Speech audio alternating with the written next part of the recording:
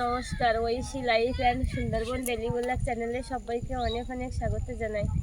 বন্ধুরা, এখন বিকালবেলা আর সোনামা ঘুমিয়েছিল, ঘুম থেকে উঠে গেছে, গিয়ে আর কান্নাকাটি করছে, রাস্তার দিকে যাবে। তা সোনামাকে প্যান্ট জামা পরিয়ে সাজিয়ে একটু রাস্তার দিকে নিয়ে আসলাম ঘুরু করতে। ও বাড়ির মধ্যে ঘুম থেকে উঠে যেই না দেখলো যে বিকাল হয়ে গেছে, সবাই বাইরের দিকে ছুটোছুটি করছে, দৌড়োদৌড়ি করছে, ও আর দাঁড়াবে না। ও এবার আসার জন্য বারান্দায় ওখানে বসে বসে করছে আর শুধু কান্নাকাটি। রাস্তার দিকে ও সাজিয়ে গুছিয়ে এখানে নিয়ে বার হয়ে গেছি একটু ঘোরার জন্য। আর মানে সোনামা রাস্তায় ঘুরে ঘুরে খুব অভ্যস্ত হয়ে গেছে খুব। ওকে একটুখানি বাইরের দিকে একটু ঘুরিয়ে নিই, সবার সাথে ঘুরিয়ে নিয়ে আর একটু পরে রান্নাঘরের দিকে যাব। আজকে আবার রান্নার আছে, তো আজকে মাংস রান্নাবান্না আছে, তা একটু পরে আর যাবো একে ঘুরিয়ে নিয়ে। তো সম্পূর্ণ পর্বটা দেখতে থাকুন, আশা রাখছি ভালো লাগবে। আর যারা আমার ভিডিও নতুন দেখছেন, প্লিজ চ্যানেলটি সাবস্ক্রাইব করে দেবেন, দিয়ে আমার পাশে থাকবেন। শোনামা, ও বাবা রে, ও বাবা রে, ওরে বাবা রে, ওরে বাবা রে, ওরে বাবা রে। আর এইটার মধ্যে শোনা তো খেলে যখন, আর বাইরে একটা এইদিকে গ্রামের দিকে তো, আর গ্রামের দিকের পরিবেশটাও তো দুর্দান্ত। আর বাইরের দিকে সবাই যখন খেলাধুলো করে তখন ও দেখে খুব আনন্দ হয় ওর। ও সেই আনন্দের মধ্যে পড়ে আর খেতে চায় না, দুধ যে খাবে দুধটা খেতে চায় না। ও এত পাকা বুড়ি, ভীষণ পাকা, এত ছোট বয়স থেকে বাইরে একটু ঘুরবো, সবার সাথে ঘুরবো, এই কারণের জন্যে দুধ আমি খাবো না। দুধ খেতে গেলে আমার তাহলে আর বোধহয় ঘোরা হবে না, দুধ খেতে গেলে সময় নষ্ট হয়ে যাবে, আমি আর ঘুরতে পারবো না। ওই জন্য দুধ খেতে চায় না। তো ওই জন্য বেদানা ছিল ঘরে, আর বেদানার রসটা করে এই যে বটলে করে নিয়ে নিয়েছি ওর জন্য। এই বেদানার রসটা একটু খাস, কারণ দুধ তো খেতে চাই না, আর দুধ না খেলে শরীরটা একটু অসুবিধা হয়ে যাবে, হালকা হয়ে যাবে। তা আমি বুদ্ধি করে এই বেদানার রসটা আমি বানিয়েছি, যে যাতে ও সব দিকে হয়, খেলাও করতে পারে, আর দুধ না খেলে হালকাটাও যেন না হয়। তার জন্য এই বেদানার রস খেয়ে নাও। বেদানার রস খাও একটু। হ্যাঁ, হ্যাঁ, হ্যাঁ, বেদানার রসটা আবার চাবাচ্ছে মুখে দিলে। না, খেয়ে নাও। হুম, খেয়ে নাও। ও কথা বলছে ওইখানে, ওই এত পাকা। আমি তো এইভাবে দাঁড়িয়ে দাঁড়িয়ে কথা বলি, আর ওর বাবা ওই ফোন ক্যামেরাটা ওখান থেকে ধরে রাখে, আর আমার কোলে উঠে উঠে ও দেখে মা কথা বলছে, আর বাবা ওরকম করে ক্যামেরাটা ধরে রেখেছে, ফোনটা ধরে রেখেছে। ও ওইটা খুব লক্ষ্য করে ওই জন্য সমানে ওই দিকে তাকিয়ে করে। এই না,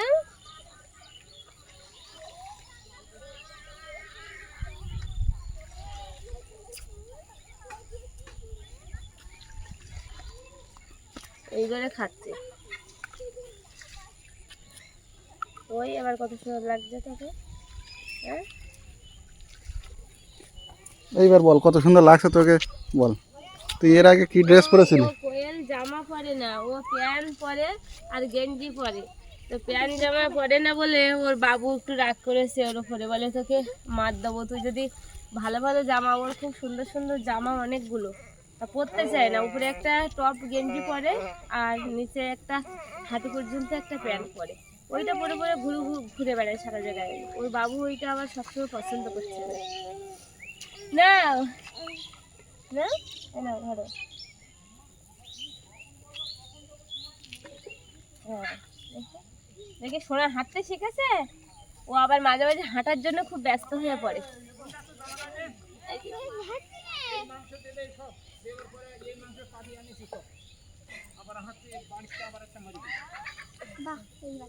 আয় না থাকে, ওই যেটা হয়েছে হয়েছে, আবার ও বেকার কাটতে কাটতে।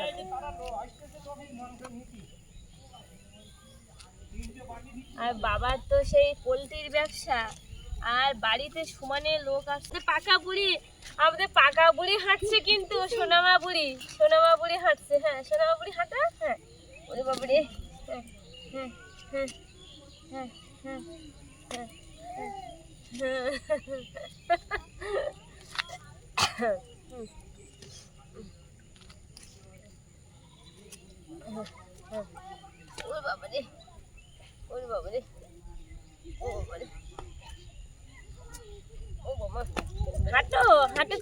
হ্যাঁ বাবা পাপা হাঁটি হাঁটি পাপা।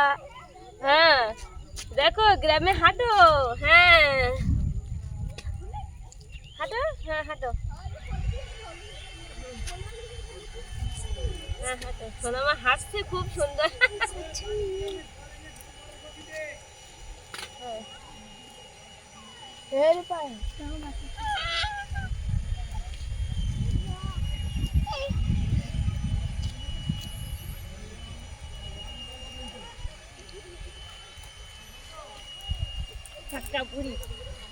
টাটা। এইভাবে ঘোরার জন্য পাগল হয়ে যায়।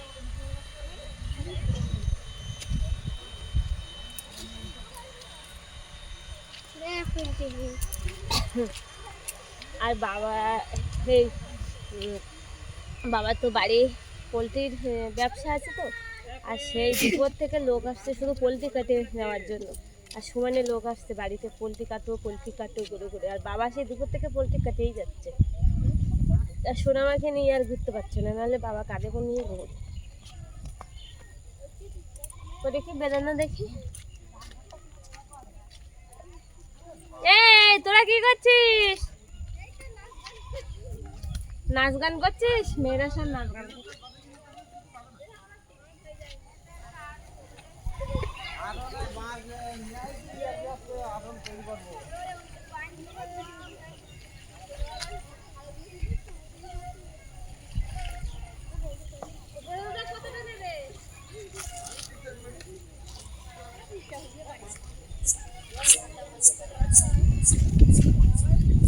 তাহলে এখন আবার 1 কিলো দেবে, 500 নিলে।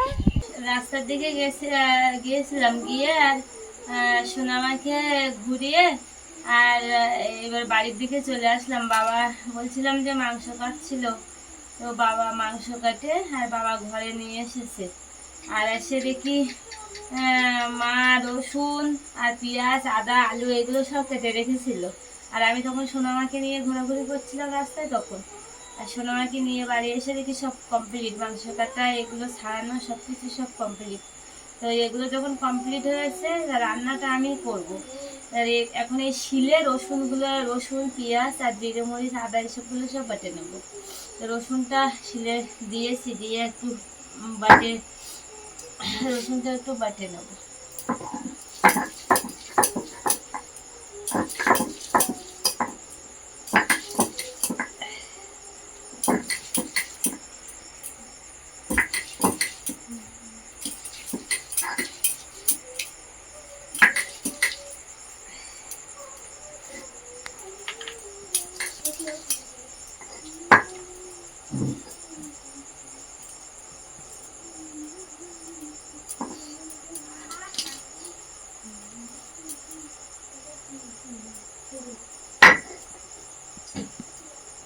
রসুন বাটাটা হয়ে গেছে।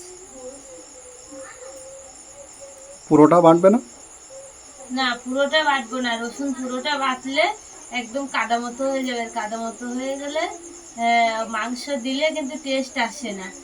যখনই ওই মাংস রান্না করা হয় তখন পেঁয়াজ গোটা গোটাও রাখতে হবে, মানে পেঁয়াজ কোচা হবে, কিন্তু বেশি মিক্সার করলে হবে না। মিক্সার করলে কি হবে, পেঁয়াজ রসুন যদি বেশি বাটা হয়, বেশি মিক্সার করা হয়, তাহলে পেঁয়াজ রসুন সব কাটা মতো হয়ে যাবে। তখন কিন্তু মাংসের ঝোলটা পুরো সেই পাতালা যে একটা সুন্দর লাল লাল ঝোল, সেটা আর হবে না। ও মাংসটা পুরো একদম মাখো মাখো হয়ে যাবে ঝোলটা। ওর জন্য পেঁয়াজ রসুন সবসময় একটু হালকা শিলে একটু থেতো করে নিতে হবে, যাতে গোটাও থাকে আবার থেতোও হয়ে যায়। ওই জন্য রসুনটা থেতো করে নিয়েছি। আর পেঁয়াজটা এই যে দেখুন এখানে কাটা কোচা আছে, এই পেঁয়াজটা কিন্তু আমি আর বাটবো না। পেঁয়াজ বাটলে কিন্তু একদম পুরো কাদা হয়ে যাবে। ওই জন্য পেঁয়াজ কোচা এইভাবেই কোচাই থাকবে। আর আদাটা আমি বেটে নেবো শিলে।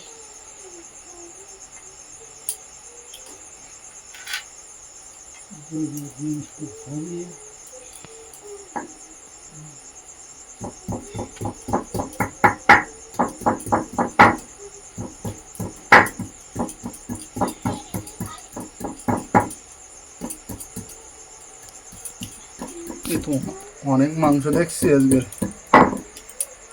হ্যাঁ মাংস হচ্ছে 2 কিলো।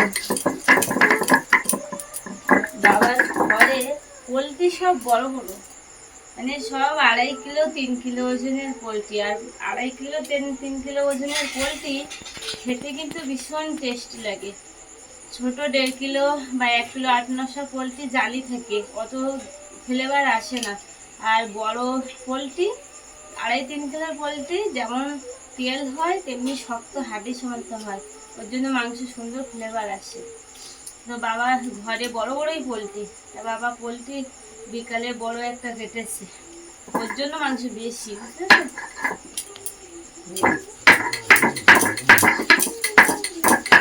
বাবারে আর মাংসটা এই যে আদা আর এই মশলাগুলো বেটে কাঠের উনুনে রান্না হবে। মাংস কিন্তু সবসময় কাঠের উনুনে রান্না করলে খুব সুন্দর টেস্টি হয় মাংস, গ্যাসে সেরকম ফ্লেভার আসে না যতটা কাঠের উনুনে আসে।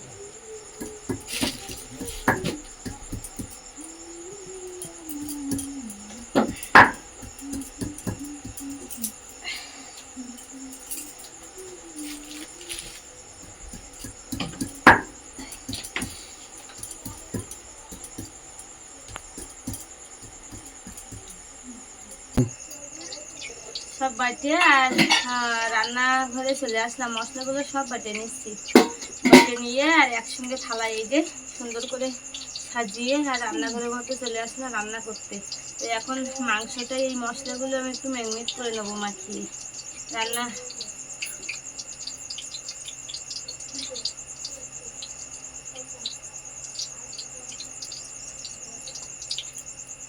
এখানে একটু রসুন দিয়ে দিয়েছি, কাঁচা মাংসের মধ্যে রসুন হাফ দিয়েছি আর হাফ এখানে রেখে দিয়েছি। আদাও সেরকম, আদা এখান থেকে আর এইটা আদাও হাফ দিয়ে মাংস দিয়ে দেবো আর হাফ এখানে রেখে দেবো। আর জিরে মরিচ বাটা সেটাও হাফ নেব আর হাফ রেখে দেবো। এই যে এখানে রসুন আর আদা বাটা দিয়েছি আর জিরে বাটা দিয়েছি। আর এখানে পেঁয়াজ আছে, এই যে পেঁয়াজটাও হাফ নেব আর হাফ রেখে দেবো। আর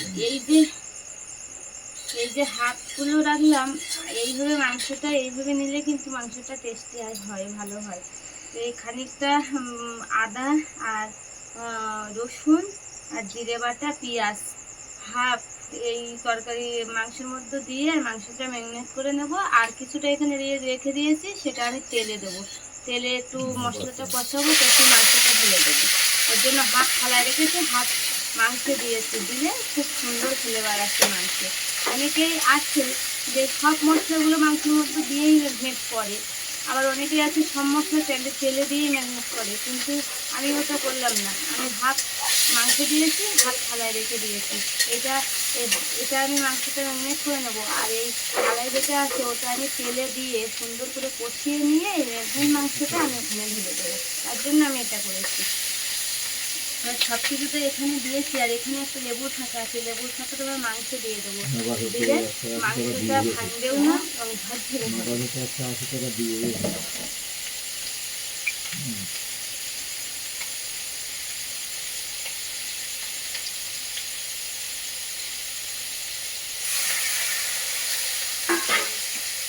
একটু কাঁচা তেল দিয়ে নেবো।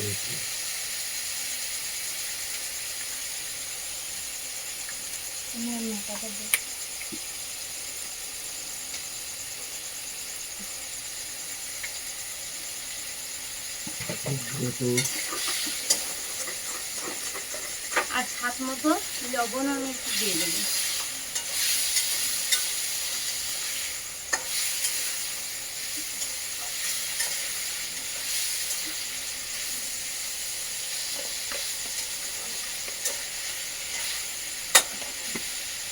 হলুদের গুঁড়ো মা ওইখানে, হলদির গুঁড়ো দাও তো একটু।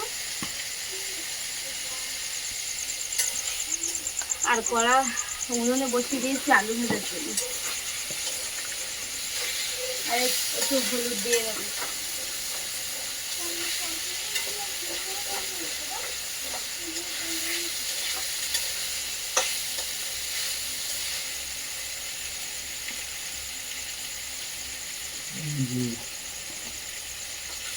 আর হলুদ কিন্তু আমি এসেও ওই কাঁচা মাংসে দিয়েছি ম্যারিনেট করার জন্য, কিন্তু আপনারাও কিন্তু তেলেও হলুদটা লাস্টে যখন এই কাঁচা মশলাটা আমি তেলে দিয়ে কষাবো তখন লাস্টে একটু হলুদ 1 চামচ আমি ওই কষানো কড়াই যখন আমি মশলা কষাবো তখন লাস্টে একটু 1 চামচ হলুদ দিয়ে দিলে মাংসের কালারটা ভালো আসে।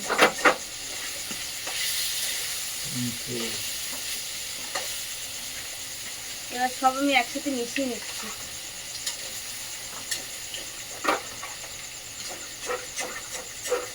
হলুদ আমি মাংস ম্যারিনেট করার সময় পরিমাণ মতো দিয়েছি, কিন্তু যখন মাংস এই কাঁচা মশলা এই যে থালায় রাখা ওই মশলাটা যখন আমি আবার একটু তেলে দিয়ে কষিয়ে নেব তখন কিন্তু লাস্টে কষানোর পরে যখন আমি মাংসটা ঢেলে দেবো তার একটুখানি 2 মিনিট আগে হলুদটা দিয়ে একটু কষিয়ে নিলে তারপরে মাংসটা ঢেলে দিলে তার তরকারির যে কালারটা দুর্দান্ত আসে। এখন ওইখানে দেখো তেজপাতা আছে,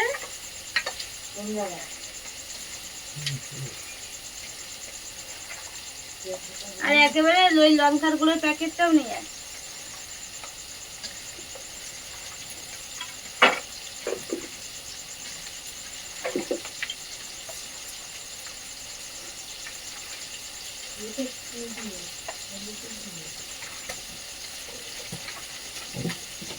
সুন্দর করে কিন্তু মাখিয়ে নিচ্ছি।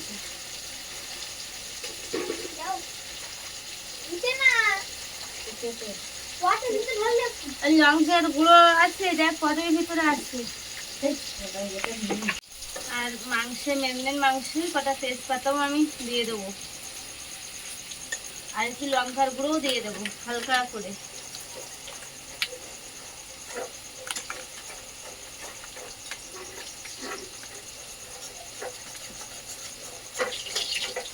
লঙ্কার গুঁড়োটা হালকা করে দিয়ে নিয়েছি, আর একটু ঝোলে দেবো।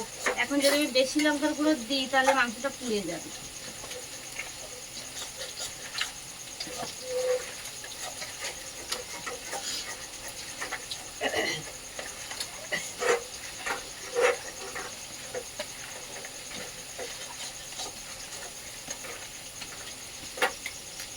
আর উনুনটা আজকে যা জ্বলছে না, ব্যাপক জ্বলছে আজকে উনুন।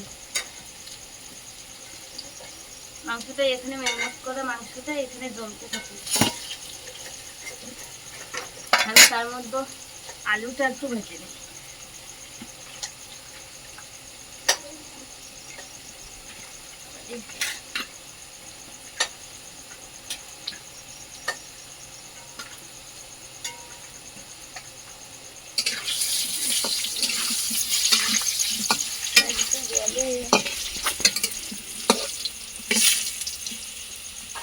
মা এত উনুন জ্বলছে আর আলুটা কি সুন্দর লাল লাল ভাজা হয়ে যাচ্ছে।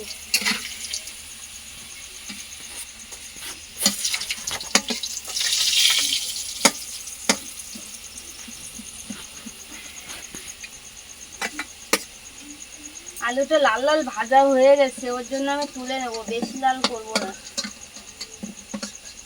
উনুন এত জ্বলেছে যে আলু রাখা যাচ্ছে।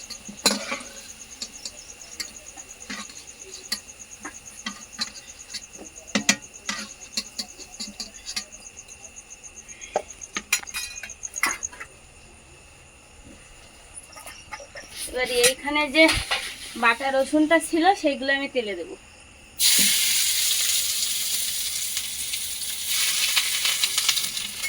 আর যে পেঁয়াজ কুচিটা ছিল সেটাও একটু তেলে দিয়ে দেবো।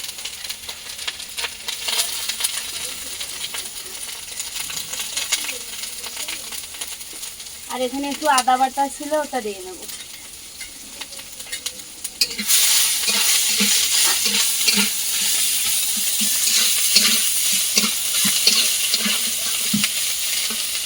আর এখানে জিরে বাটা ছিল সেই জিরে বাটাটাও তেলে দিয়ে নেবো।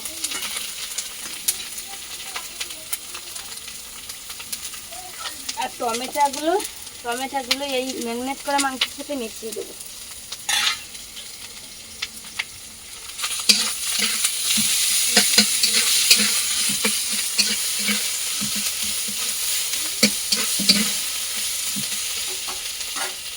একটু তেল দিয়ে নিই বেশি করে।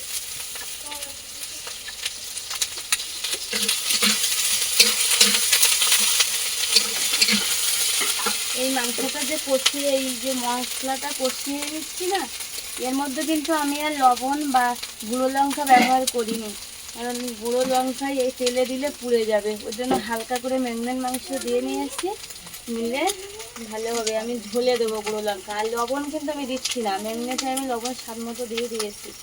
এখন এই মশলাটা একটু ভালো করে কষাই করে তারপরে আমি হলদির গুঁড়োটা একটু হালকা দেব, মাংসের কালারটা ভালো আনার জন্য।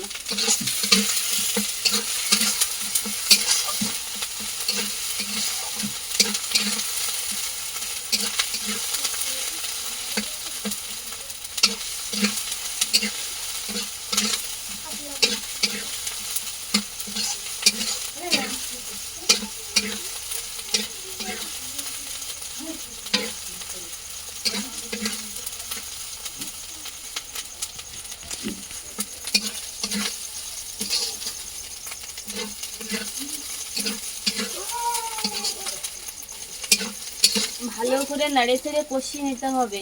এই তেলের যে মশলাটা আমি দিয়েছি ওটা কিন্তু সুন্দর করে লাল লাল করে কষিয়ে নিতে হবে।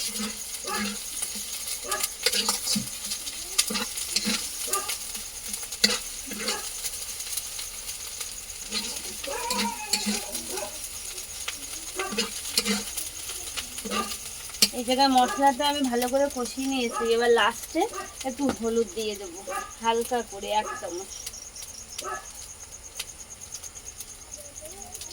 দিলে মাংস কালারটা ভালো আনার জন্য লাস্টে হলুদটা আমি ব্যবহার করলাম।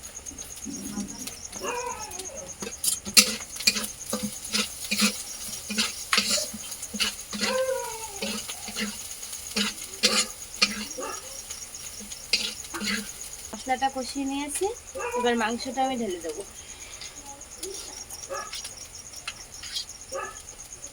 সব একসাথে দিয়ে দিচ্ছি, আমি আর হাত লাগাবো না।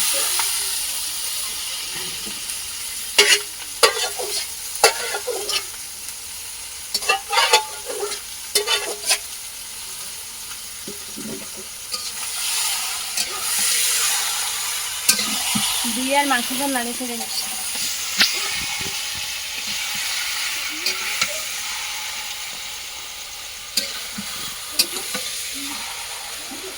মাংস কিন্তু এইভাবে রান্না করলে কিন্তু মাংসের যে কালারটা, ঝোল বা মাংসের যে কালারটা কিন্তু সুন্দর আসছে। আপনারাও কিন্তু বাড়িতে একবার এইভাবে রান্না করে দেখবেন। আমার কিন্তু অলরেডি মাংস বেশি কষানো দরকার পড়ছে না, মাংস ঢেলে দেওয়ার সাথে সাথেই কিন্তু কালার এসে গেছে।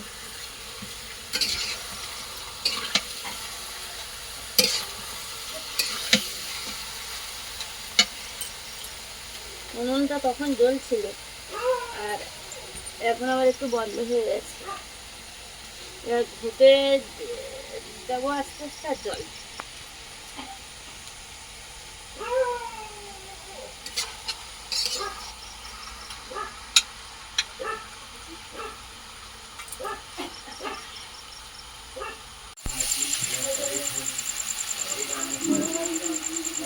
মাংসটা কষাই করা হয়ে গেছে,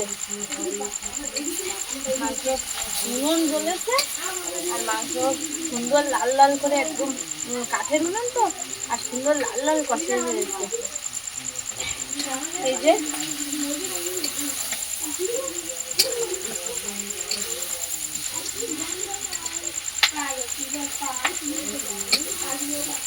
একদম লাল লাল করে কষাই করা হয়ে গেছে। এবার আমি কষাই করে মাংসের জল ঢেলে দেবো।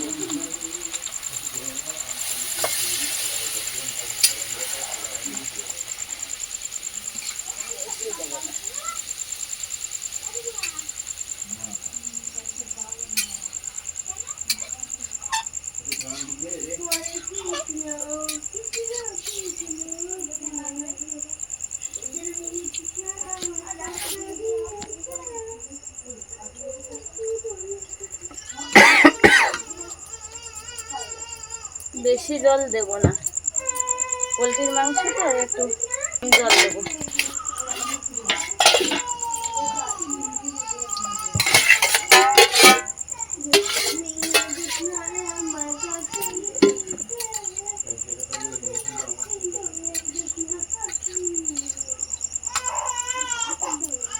জলটা ঢেলে দিয়েছি, এবার ফুটবে।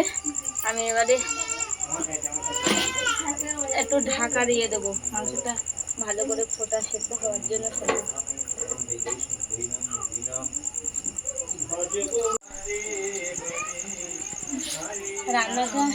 মাংস রান্নাটা হয়ে গেছে। এবার একটু লাস্টে গরম মশলা দিয়ে তরকারিতে লাগিয়ে দেবো।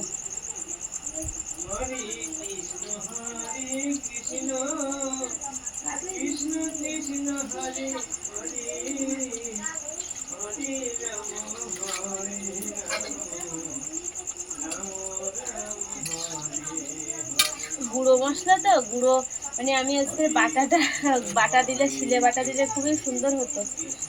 মানে ওই যে শাহি গরম মশলা ওটাও খুব সুন্দর। তো মশলার গুঁড়োটা দিয়ে আর আমি লাগিয়ে দেবো, বেশি ফুটাবো না, কারণ গুঁড়ো মশলা ফ্লেভার নষ্ট হয়ে যাবে।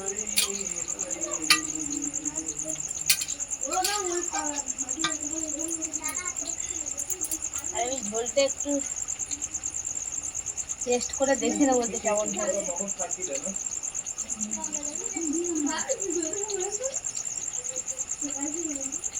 খুব সুন্দর হয়েছে। হালকা একটু লবণ দেবো।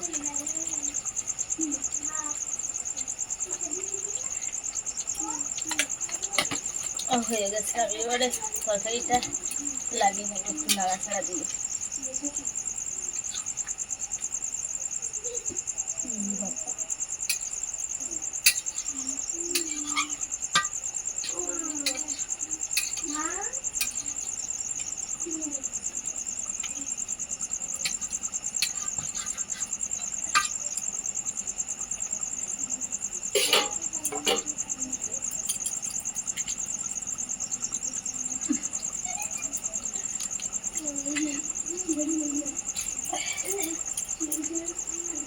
আজকে উনুনে কাঠের জালে রান্না খুব টেস্টফুল হবে। হ্যাঁ, কাঠের জালে এমনিতে মাংস রান্না করলে খুব টেস্টি লাগে। আর কারেন্টটাও চলে গেছে, তো তরকারিটা আমি ঢালিয়ে নিচ্ছি।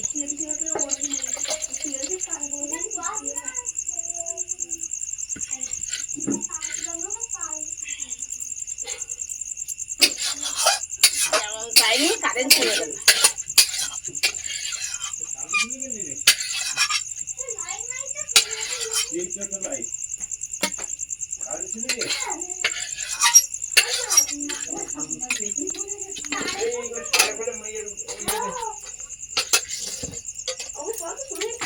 আর এই যে তরকারিটা হয়ে গেছে, দেখুন কত সুন্দর কালার আসছে। দুর্দান্ত কালার। কড়াইয়ের মানে মাংসর সে রান্না তরকারি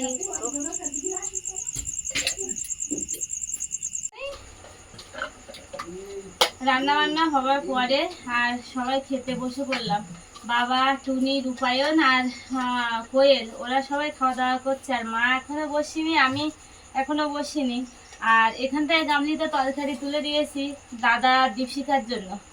আর সবাই খাওয়া দাওয়া এবার আমি বাবা সবাই এবার কমপ্লিট হবে। আর রান্না কেমন হয়েছে রে? ভালো।